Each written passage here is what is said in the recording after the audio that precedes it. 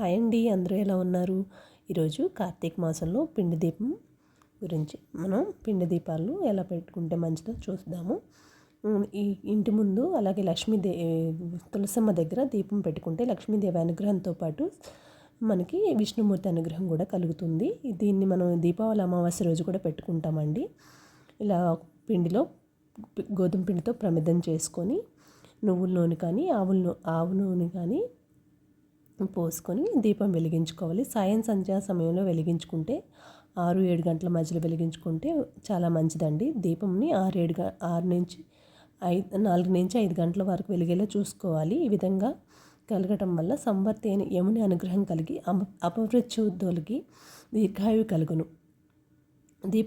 దీపావళి రోజు కూడా ఈ దీపం వెలిగిస్తారండి. దీన్ని యమదీపం అని పిలుస్తారు.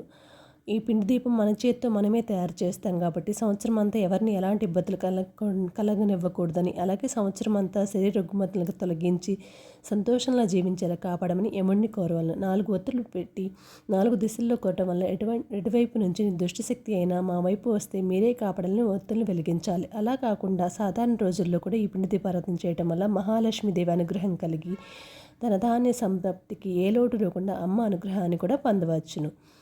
మీరు కూడా ఈ పిండి దీపాన్ని ఇలా వెలిగించుకోవాలండి. ముందుగా పసుపుతో అలుక్కొని తులసమ్మ దగ్గర ఇలా అలికి తర్వాత పద్మం ముగ్గు కానీ ఏదైనా ముగ్గుకి పని ఇలా పెట్టుకొని దాని తర్వాత మీరు ఇలా పద్మం ముగ్గు పెట్టుకొని ఉప్పు దాంట్లోనే కొంచెం పసుపు కుంకుమ కూడా చల్లుకొని ఇలా మనం దీపాన్ని రెడీ చేసి పెట్టుకున్నాం. పిండి దీపాన్ని తులసమ్మ దగ్గర పెట్టుకోవటం వల్ల మనకి సకల ఐశ్వర్యాలు కలుగుతాయి.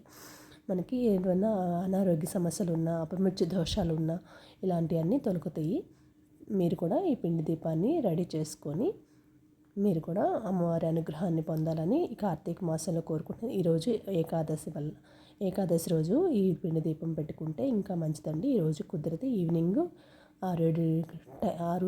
6 సంధ్యా సమయంలో కనుక మీరు పెట్టుకుంటే చాలా మంచి జరుగుతుందండి.